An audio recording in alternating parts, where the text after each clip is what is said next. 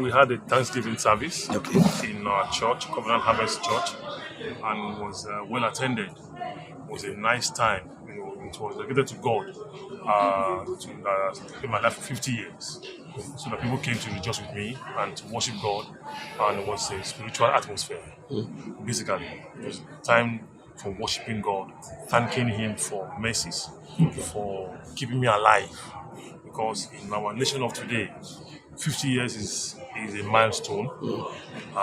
People have died, 30s, 40s, because of a lot of things, economic issues in the nation. But God has spared my life. I think it was worthy of thanksgiving. So that day was dedicated basically to thank God and worship Him. And people came. Okay. That was it. Okay. Then basically looking back at life, how do you feel? Like I said before, I just thank the Lord that I'm alive. Gift of life is paramount. In Nigeria of today, the being alive has superseded being great and successful. So being alive alone is an achievement. So in the last 50 years, I've gone through challenges in my life, and I thank God that God will surmount the challenges.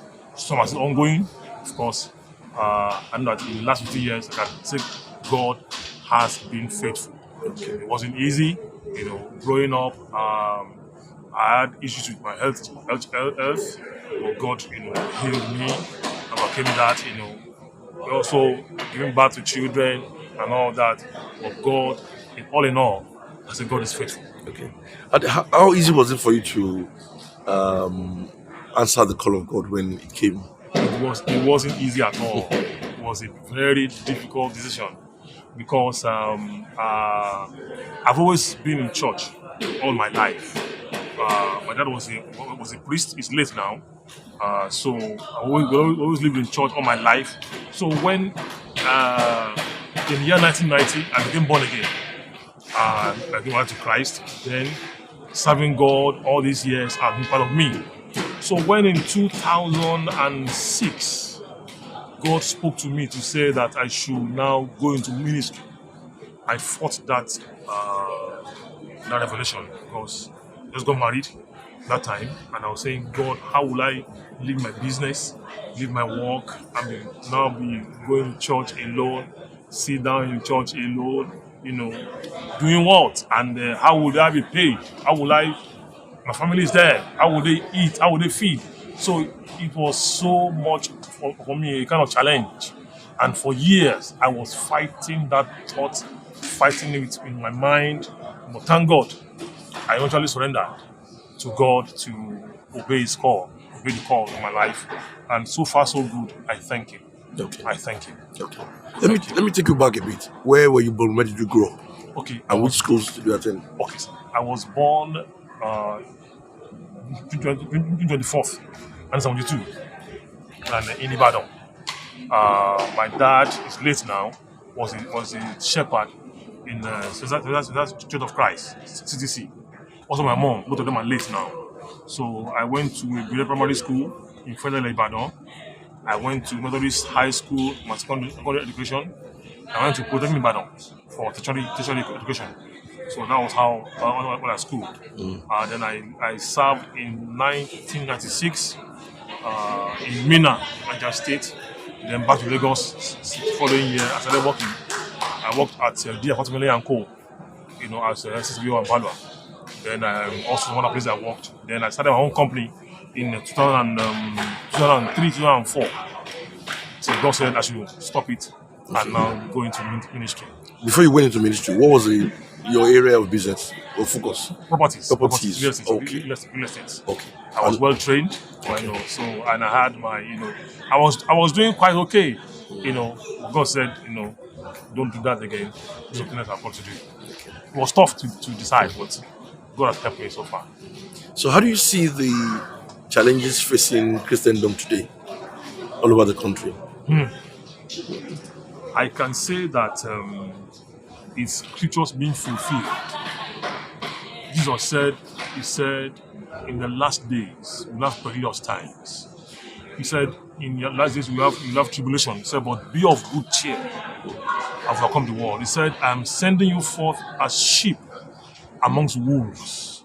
He said they will come against you all, from all sides. But like I said, be of good cheer, for I have overcome the world. So it's persecution against God's children. It's clear. It's spiritual battle going on.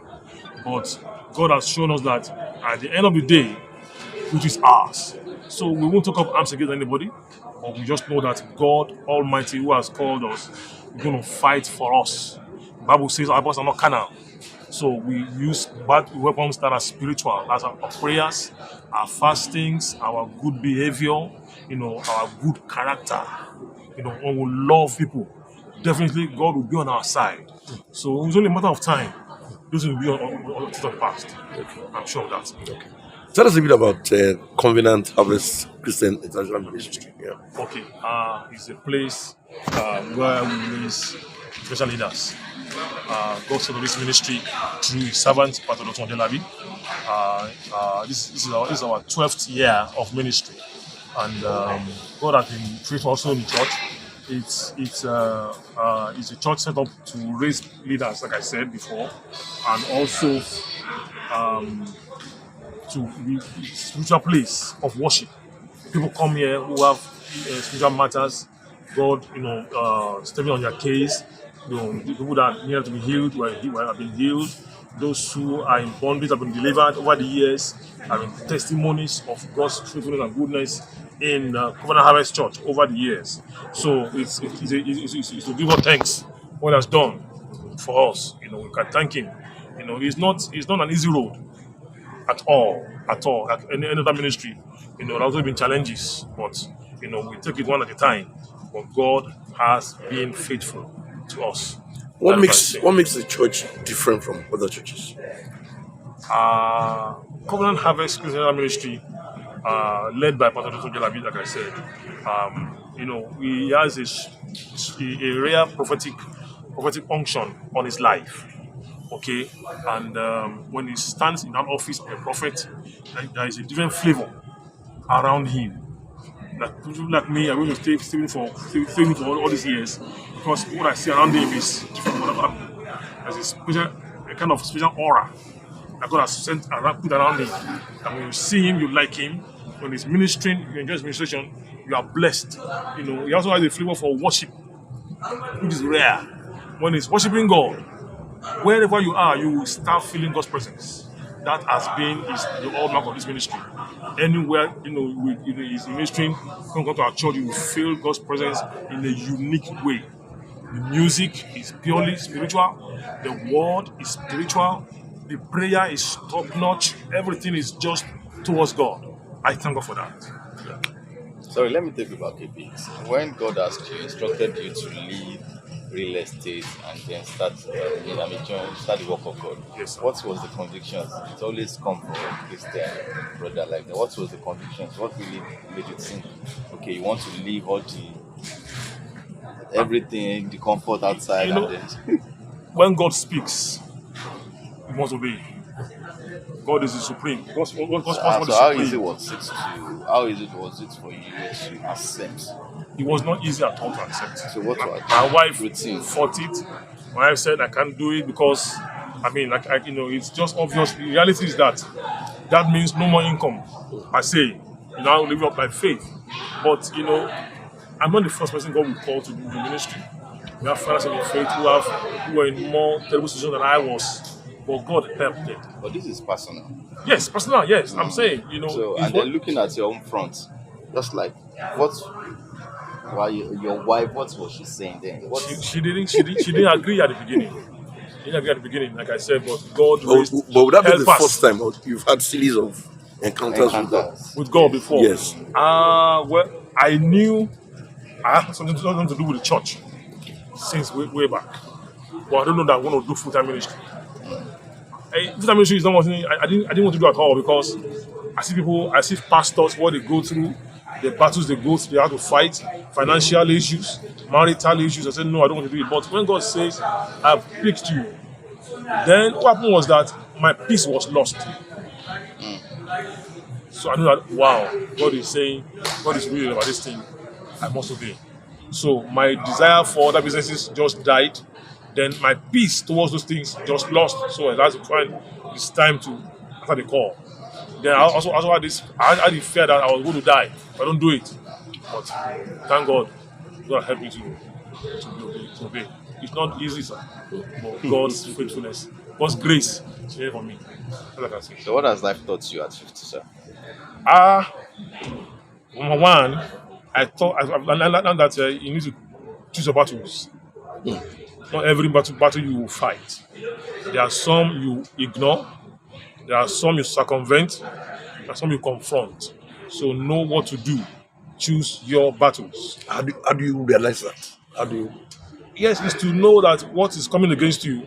How does it play in my destiny?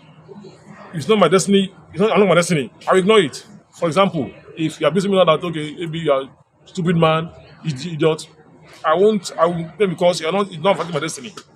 Okay? It is when those issues affect my destiny.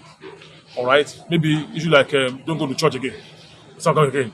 Those things can make me God, just let me pass my way. So you must know your battles, the ones you want to fight, the ones that need attention, the ones that need to be ignored. But number two is that you must show people kindness. My legacy now is people that have shown kindness. I'm showing kindness. My assignment on the earth is two. One, to serve God. Two, to help people. That's all. Number one is to serve God. Number two is to help people. How God told me. So that I'm facing all my life now. Serve me and help others. So my legacy is to do. I'm going to show kindness to to help. It's like what they say.